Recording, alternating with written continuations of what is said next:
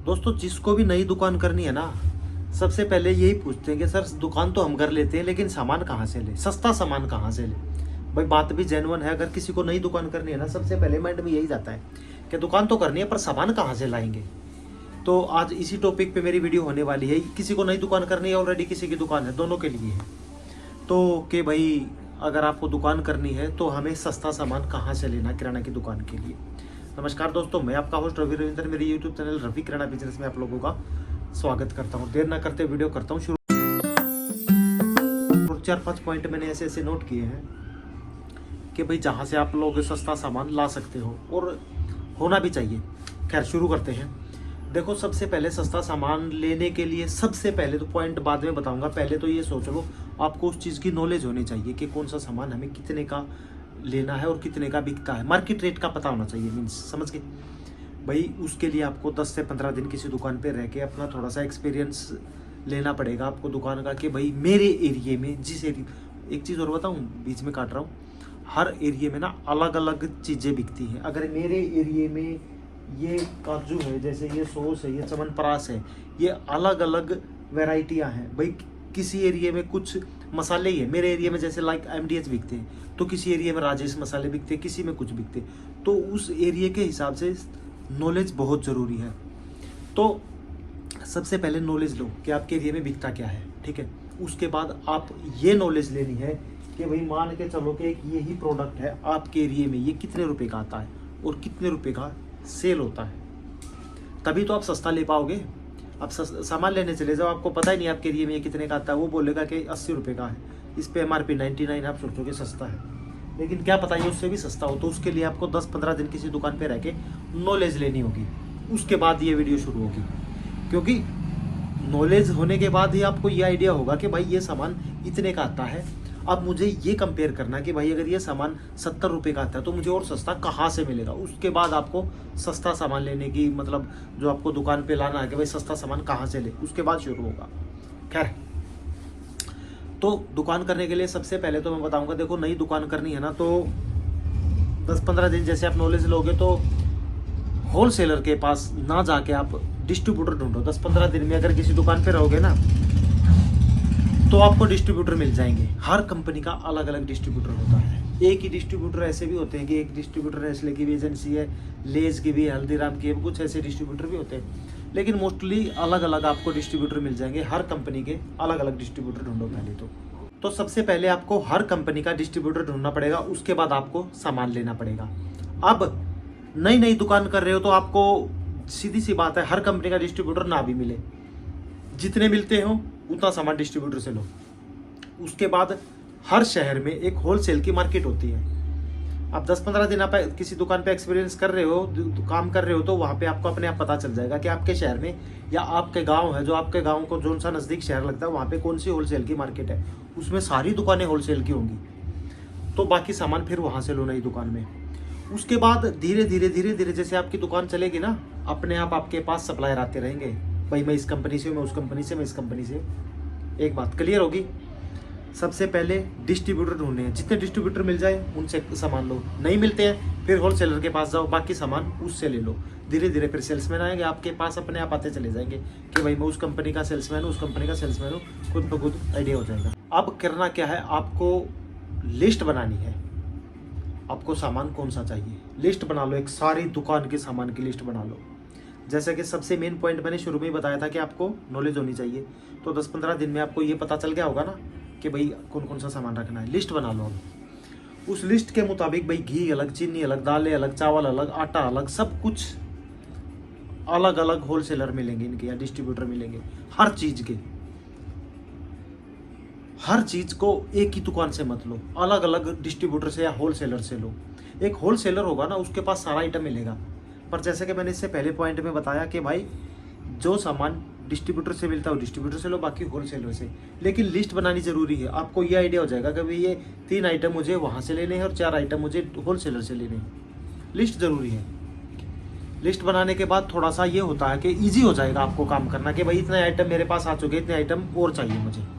समझ में आ गई। फिर उसको क्या करो, आप रेट कंपेयर करना। आपको मान लो आपने चीनी ले ली, चावल ले लिया, आप गए किसी होलसेलर के पास, डिस्ट्रीब्यूटर के पास, तो वहाँ कोई आइटम आपको मिल गया 50 रुपये का, आपको 1-2 दुकानों पे जाके रेट कंपेयर करना है कि भाई क्या सच में यही है या कुछ ऊपर नीचे मिल जाता है। अगर 5 रुपये 50 रुपये में कोई आइटम 45 रुपये की आपको मिल रही है तो बहुत फ़ायदा है। तो रेट कंपेयर करो 2-3 दुकानों पे जाके, क्योंकि शुरू में आपको चूना लग सकता है। रेट कंपेयर करना है 2-3 दुकानों पे जाके आपको कि भाई ये सामान कितने का मिलेगा। होलसेल की दुकानों पे, नॉर्मल दुकानों पे नहीं, रिटेलर पे नहीं, होलसेल पे।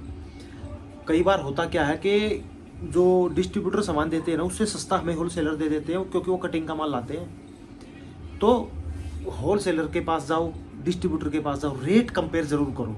2-3 दुकानों पे हर चीज़ का रेट कंपेयर करके देखना कि भाई कौन सस्ता दे रहा है। मार्केट से अपडेट रहना पड़ेगा आपको। रेट कंपेयर बहुत ज़रूरी है, वहीं तभी हमें थोड़ा सस्ता सामान मिलेगा। अगर कोई बोले कि यार 50 रुपये का, बोलना कि भाई वो तो 45 रुपये का दे रहा है, तो शायद वो एग्री कर जाए, मान जाए। तो रेट कंपेयर करो 2-3 दुकानों पे जाके। फिर करना क्या है, होलसेलर कई बार हमारी स्कीमें खा जाते हैं। स्कीमें मतलब जैसे दंत कांति पेस्ट है, उसके साथ एक छोटी पेस्ट भरी आती है। अब आप साथ में कितने में 12 पीस लेने पर, अब आप उसके पास जाओगे, बोलोगे एक पैकेट दंत कांति पेस्ट का दे दो 100 ग्राम का, 12 पीस का पैकेट। अब वो क्या करेगा, वो लूज में खोल के पैकेट को फिर दे देगा आपको। और जो वो स्कीम होती है ना फ्री वाली, वो उस पैकेट के ऊपर होती है। खा गया वो स्कीम। इसी तरीके से बहुत आइटमें हैं। आटा है, राजधानी का आटा है, राजधानी के कई ब्रांड है, उन पे कुछ स्कीमें मिलती है। मतलब बहुत चीजें हैं। एक एग्जांपल के तौर पे मैं आप लोगों को दिखा भी देता हूँ। ये देखिए, ये बड़ा नाइसिल का पाउडर, इसके साथ ये छोटा फ्री है, लेकिन ये इसके अंदर है। अब मैं इसको इसके अंदर से निकाल के, 1 मिनट, मैं निकाल के दिखाई देता हूँ आप लोगों को। ये देखो, अब मैं इसको इसके अंदर से निकालूंगा।